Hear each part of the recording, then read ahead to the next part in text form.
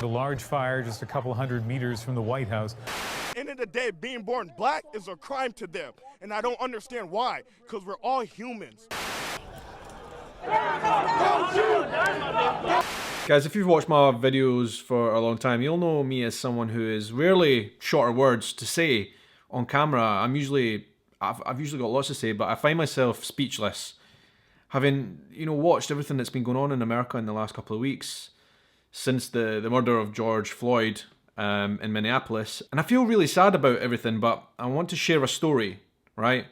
Because I do actually have a bit of experience. As somebody from Scotland, you might think, what's this got to do with you? But it actually does have something, because I did go to America with the United States Embassy in 2017. I was invited on a tour with the United States Embassy to London, and they devised that trip around a number of themes. And one of those themes was racial tensions and race issues in America.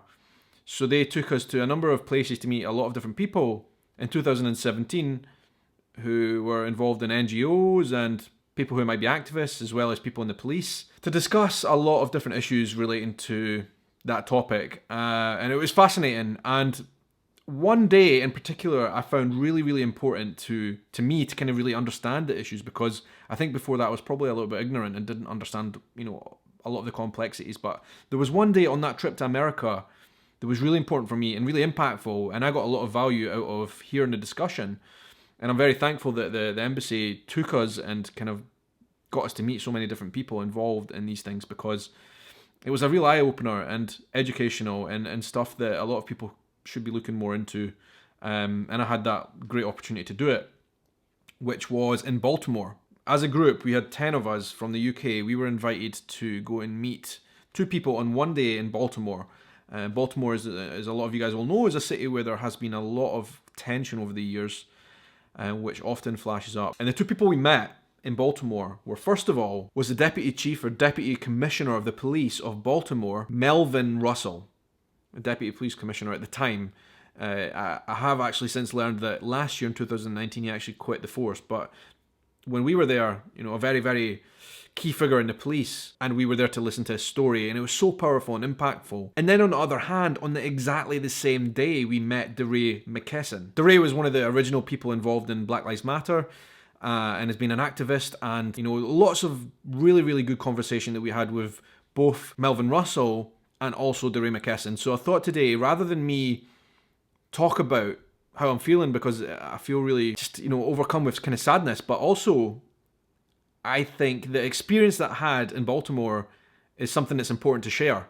Maybe you'll listen to these conversations and think they have relevance to you, to something you might not have known about. And I think as well it is important that we get multiple voices on all these issues together to discuss things. So you have somebody from the police and then somebody from Black Lives Matter, which, essentially could be coming at these things or coming at these issues from different angles.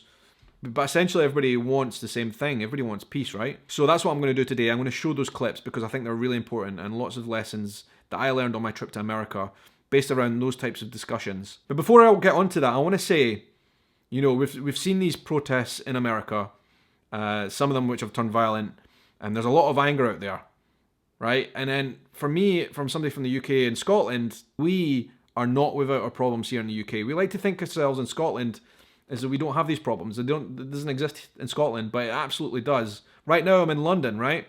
And I can hear from the window right now, I can hear a helicopter because there are protests happening in Westminster. People have been protesting at the number of injustices that have happened in London over the years with black people who have been killed by police, and the police have gotten away with it. So we are not immune to it here. And in Scotland, actually, let me just tell you about a story in Scotland which is currently important to talk about, because it's going to be brought back up by the review boards and re-looked at now, I think. There was a man who lived in Kirkcaldy in Fife called Sheku Bayo. He was walking out of his house one night and he was apprehended by police officers because some local people called the police on him, essentially, and they thought he might be involved in terrorism, which is weird. Anyway, he was apprehended by police and he died in custody, and it was later found that he had multiple injuries on his body, a broken rib, both of his eyes showed signs of hemorrhaging, and he was obviously treated quite violently and he ended up dying from that. And the police never ever faced judgment on that. They were all basically acquitted of any wrongdoing. The Lord Advocate has advised the Bayo family that not one police officer or Police Scotland will face charges for the death of Sheku Bayo. The family feel totally betrayed by the Lord Advocate for not holding power to account. But now, actually, just a couple of weeks ago, the Scottish Government has, vowed to kind of relook into the case. I don't know if it's just a coincidence in terms of timing or whatever, but, it just goes to show you this issue is not something that is unique to America. And I just wanted to mention that before we go on. Anyway, I want you guys to see this. This is my experience of going to Baltimore and meeting Melvin Russell and DeRay.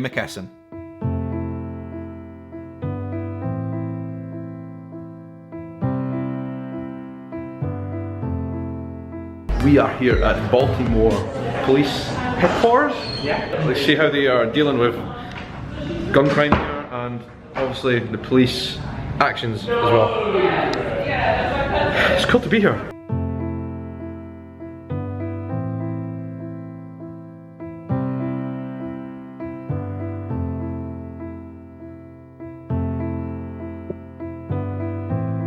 I am John from Scotland. John from Scotland. God bless you, man. Thank you. Thanks for making the trip. I'm the Youth and Reentry Program Administrator for the department, and I serve the wonderful Chief Melvin Russell, aka Dad, Pops, so awesome man. Yeah. Hey, I'm Sean. I'm from Edinburgh in Scotland as well. Wonderful. So glad to be here. What is it that you would like to talk about since you're here in our fair city of Baltimore? So you want to know what I do. So I'll try to give you a condensed version. It's pretty hard because amongst the several hats that I wear, I'm also an assistant pastor in this city. So I pastor a church. I help pastor a church. So after a patrol career for a couple of years, I was bitten by what I like to call the drug bug. I spent some years in one part of a district which is it's pretty much a melting pot. You have blacks, you have whites, you have Indians, you have Asians, you have rich, you have poor, you have middle class. And so I spent a lot of time there, and it was a culture shock for me because I grew up in African American communities. I grew up. We used to call them projects here, public housing. That's where I started. And in my 20-year span, because I was so focused, tunnel vision, we called it in policing, tunnel vision on catching the next kingpin, the next big heroin dealer, the next big cocaine dealer. I was so focused on that, I didn't see what was happening to our city. What I mean by that, when I was a patrolman back in the 80s, in the uniform, patrolling the streets in a police car, and I'm old enough, the police cars were older, a lot older, obviously back in the 80s, my first police car had a bubble on top. In Baltimore City and probably across this nation, all police officers were community oriented. I tried to leave this agency because with my age and my tenure, you can retire with 20 years on, right? 20 years on. Well, I was at the time, I was coming up on 26, 27 years, and I was ready to retire. I told you I'm a pastor, right? At the time, I was a minister, and I was so frustrated. I'm gonna be very frank with you on this, even though we're filming. I'm gonna be very frank with you. I was upset with this agency. I was tired. I was tired of the bureaucracy. I was tired of the system of our city. I was tired of corruption. I was tired of discrimination. I was tired of all the madness that I had to go through just to do my job. I've always loved the life of policing. I always loved the communities. I always loved the work. I always embraced that. But what I hated was the system that seemed to get in the way too often, right? I hated the crap that I saw that comes with the great work that we do. And most of the police are great police officers. And every now and then, there may be some rough police officers, but overall, police are great police, right? Everyone I work for, even though you're looking at somebody who's probably fired or had arrested 12 police officers, right? Just because of corruption. If you're gonna wear this badge, you're gonna take an oath, then you gotta uphold it. You can't be a thief and put on this uniform. I'm a peace officer, so I have to keep peace. Anything outside of that, then you're a disgrace to this uniform. And I will always say that, and I will always believe in that. So when I came across drug dealers that were in police uniforms, when I came across thieves that were in uniforms, call it what you want, snitching or whatever, but I will flip a dime real quick. So today I haven't been able to do that in years because I have a reputation, I think, in this agency, and people know my reputation, so they won't do any dirt around me, because if they do, I'm not the one that's going to turn a blind eye. It's like any other corporation. All of you work for different entities, right? I bet you have people inside of there that shouldn't be working there. There are journalists that shouldn't be journalists. There's doctors that shouldn't be doctors. The uprising happened. Baltimore uprising. Boom! Looting. Cops getting hurt. And fires and tigers and bears and oh my. It's horrible, right? I have a tradition after Sunday church. My wife, the family, we go over to my mother-in-law's. We have Big Mama's dinner, Sunday dinner. We hang out with my mother-in-law. Have a great time. As soon as I walk in the house after church, my mother-in-law, this is after the uprising, my mother-in-law says, "Congratulations, son." I said, "For what, Mama?" "You're going to the Western District." That's where the uprising was, in that district. I said, "First of all, Mom, that's not a congratulations, because I have the whole city. So you telling me I'm going to a singular district is not I know you don't know, but that's not a compliment, and that's not, but what are you talking about?" "The commissioner says so, it's right in the paper." "What? Let me see that paper." "I am sending my Lieutenant Colonel Melvin Russell over to the Western District to restore the peace." "What? I'm going where? Ain't nobody tell me nothing." "I get back to work on Monday, sir. I'm not doing it." "What do you mean not doing it?" "Sir, I've been begging you for the resources for those officers over there. Because in my mind's eye, if you had given them to me long since then, we would never have had an uprising. Because what am I about? Building community. You ask me my purpose. I'm about building and restoring community and relational equity in our communities. I'm about restoring peace. That's what I do. That's my gift today. I thought my gift was narcotics, and it was for that season. But today it's about restoring hope, peace, longevity, equity, inclusion, all of the above, right? And so we would have been ahead of the curve, and that would have never happened in my mind's eye. That's just me. That's in hindsight. I'm Monday morning quarterback, and I could be totally wrong, but I don't think I am, right? And so I tell him I'm not going. He said, "All right, get Melvin those officers over there." So I get them. So I get the officers after the fire's already burning, right? So I go over, and we begin to restore peace. So it's a fabulous thing, and I don't have time to tell you about all the wonderful things we're doing, but today we're in a place, this commissioner, he blew me out to finally give me all those officers, but unfortunately, new mayor came on board. The city's not going the way it should be going. She wants more 100 cops on the street, so unfortunately, because not so much the commissioner, but those around him, remember that same mentality, that culture hasn't changed. Well, you know where you get your 100 officers? Take a bunch of them back from them, all right? So I lose 85% of my division. So we were doing great work across the city. We're still doing great work, but we're now kind of handcuffed. So we had to let go of some of the youth initiatives we do. We had to let go of a lot of things that we do. So I got to really wrap up, so I'm done now. But just pray for us. I know that my team is probably one of the best things, if not the best thing, that will help turn our city around as far as public safety. But it just has to be buy-in. I know we have a commissioner that totally supports us, but it's tough when you got people pulling at you, and you got to appease almost both sides. It is tough. It's really inspiring. Oh, bless you. Yeah. Getting her mugshots taken. Oh, amazing.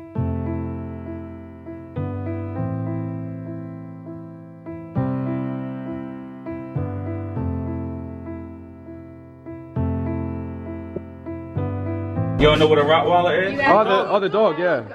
Some days you're the Rottweiler, other days you're the fire hydrant. That makes sense, yeah, I like Just that. think about it.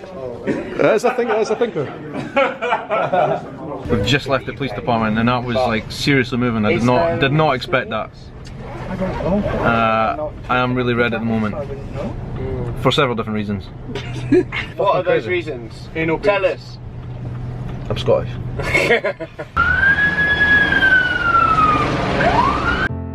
We're lying there on the bed above the sheets.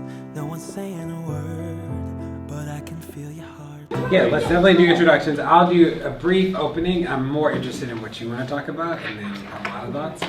I'm honored to be here. I'm excited, most excited for the conversation you want to have. I'll just say some opening stuff and I'll just say three things. One is, I used to be a 6th grade math teacher, and it was great, and I loved teaching. And I'll never forget one day my students were like, "Mr. McKesson, I want to go to gym." And I was like, "No." And they're like, "I really want to go to gym." I'm like, "Cool." And I taught 90-minute and 120-minute classes, so like it was a whole lot of time for a 6th grade math. And I remember letting them go to gym, and they came back early this day. They came back really early. I'm like, "Well, why are you back? I thought you wanted to go to gym." And in that moment, I realized that they were in love with the idea of gym more than the work of gym. And I say that because I think in this moment, there are people who are in love with the idea of resistance more than they're in love with the work of resistance, right? And like resistance become this like cool thing to be like, "Oh, we did that." And I say that because there are a lot of things that makes me think of. I think about being in the street when we were in Ferguson in the first wave of protests. I remember when nobody was listening to us, when people we loved weren't paying attention. And now it's like, everybody's like, oh my God, you guys are brave. And so you're like, yeah, I remember on August 20th, that is not what you were saying. And also trying to make sure that we're also always mindful of the conversation being like an opening point, but not enough, right? That like when I think about protest for me has always been this idea of telling the truth in public, that is what we do with our bodies, it is what we do when we just have board meetings and commissions, like this is a truth-telling act, and that we feel like we try to tell the truth in all the other spaces and it didn't work, right? So we had to tell the truth in the street because it forces people to deal with things that they will otherwise not deal with. We know, though, that at best, protest creates space for the solution, but protest is not the solution, right? Like that's like the first thing. The second thing is, I think that in this moment, our generation has like become addicted to critique. There's this beauty in critique. So like, if you can take a cultural thing and like dissect it into pieces and like that's like privileged in this moment, which makes a lot of sense to me, that you can't change what you don't know. I get it. I think the hard part is that I think that we have not also become enamored with building, right? And that some of this work, a large part of this work has to be about like the future that we want, that resistance is not only opposition, it is also about building like a beautiful future, that has to be a part of what we want. And I find so many people who are our age who, when you say, what do you want? They're like, I want the end of this and the end of this. And it's like, well, what does an equitable future look like, right? What does an inclusive community around sexual identity, what does that actually look like? Like, you could build it, what would that be? And I want that to be like the way that we start to think about the world, that is like our bias, as opposed to this bias towards deep deconstruction is like the only way that we enter spaces. And I've been in so many rooms and I've been around so many people, and the people that we fight against, they get that the build is the win, and they are building the worst things every single day. And we have been stuck in this cycle of like understanding resistance as like opposition only, and that really, that scares me.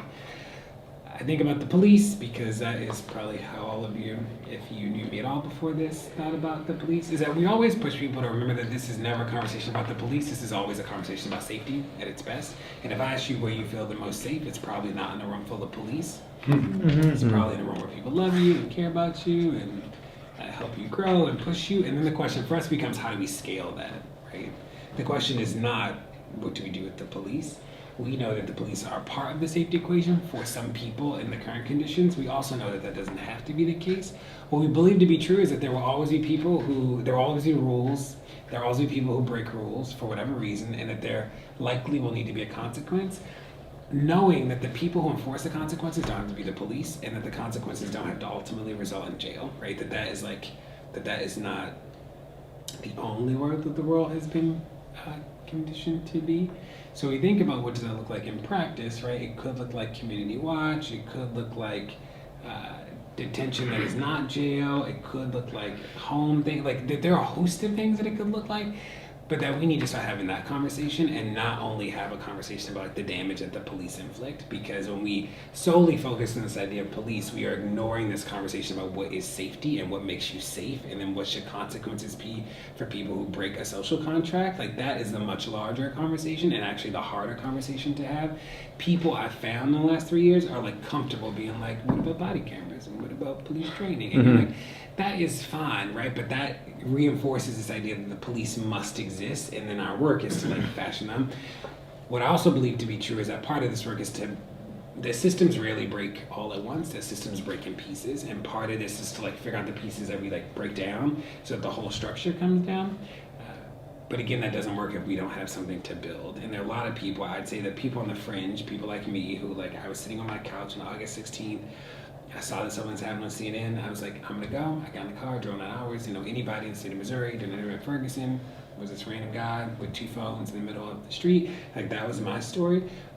Those people will always exist, whether they're organized or not. Like they will exist. I'm always trying to figure out how do we organize people's like aunts and uncles, right? Like your aunts and uncles are probably like, I call the police when something bad happens. So the question is like, how do we help them think about safety differently? And like the message is like a really important message when we think about those people. And I've started to worry in this moment where like resistance is now like cool. Being a protester is like a cool, it's like a status symbol in a way that it was not 3 years ago. Right. And how do we make sure that the work is also cool, right? Yeah. That there are people Absolutely. Like I was in another city and somebody DM'd me like, oh my God, DeRay, I go to all the protests, I have like all my signs. And you're like, that's not like why we do this, right? Like and I get that for so many people, the only way that they've ever been heard was by standing in the middle of the street. I would say that myself is the fight that I had with President Obama the last time we met in the administration and blah, blah, blah. So I get all those things. The fourth thing, I said I was going to say 3 things, is that I also believe that this has to be an inside-outside, that we have to be as organized on the inside as we are on the outside. That has to be a part of the work. And that having a seat at the table means 2 things. One is that we are always mindful of the fact that when we're at the table, we are only there in service of truth, right? That we are like people who are trying to keep the truth present at every moment. And also knowing that we are not the only people who can tell the truth, right? That part of having a seat at the table is keeping the door open for the people next to us. That is like a part of this work. That we never understand ourselves as the only people who can be the truth tellers, but we do understand ourselves as people who tell the truth. So I think about meeting with Bernie and Hillary and Obama and the whole team is that we'd be in these rooms with incredibly powerful people, and we're like, yo, that's not okay. Like, I got, President Obama was like, DeRay, people should vote. And I'm like, I voted my entire life. I got tear gas, I got arrested. Like, all these things happened to me, and it wasn't because I didn't think voting was important, right? It was because there's like a larger structural issue. And I get that you're the President of the United States, and like, I also get that like, it would be not fair to the space that I'm in to like not tell you that we just disagree, right? Use the platform that like pushes people to think differently, to think more, to think deeper, and like, I'm still trying to figure out how to do that in general, but definitely with my identity. Thank you. Photo. Thanks, DeRay. How can you stay? That was our day at Impact Hub. It was really, really good fun today. I think we've had a lot of value between meeting the police chief this morning and also DeRay there talking about Black Lives Matter and all the campaigning. What do you think, John? I think he's the one for me. Yeah. Great day. Loads of crossover as well. I think learning about the Black Power movement in Baltimore helps us think about how we tackle all sorts of disadvantage in Scotland.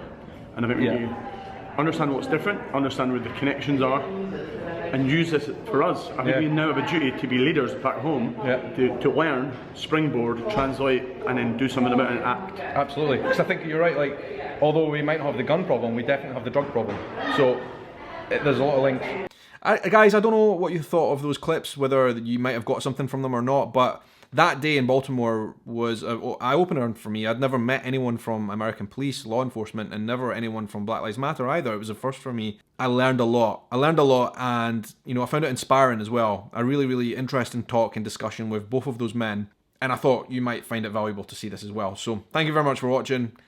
It's tough times at the moment. And I'm not making content. I've not been making content because I've lost kind of inspiration right now. But I will come back to it. I will. I think we just need to get out of this difficult period. We need to decide collectively, not just as people in America or people in the UK or wherever, global community, there's a lot going on in the world. How can we make things better? How can we move forward together, basically? Anyway, thanks for watching, and I'll speak to you soon. Hope you are staying safe and staying well, and I'll speak to you again all really soon. Take care.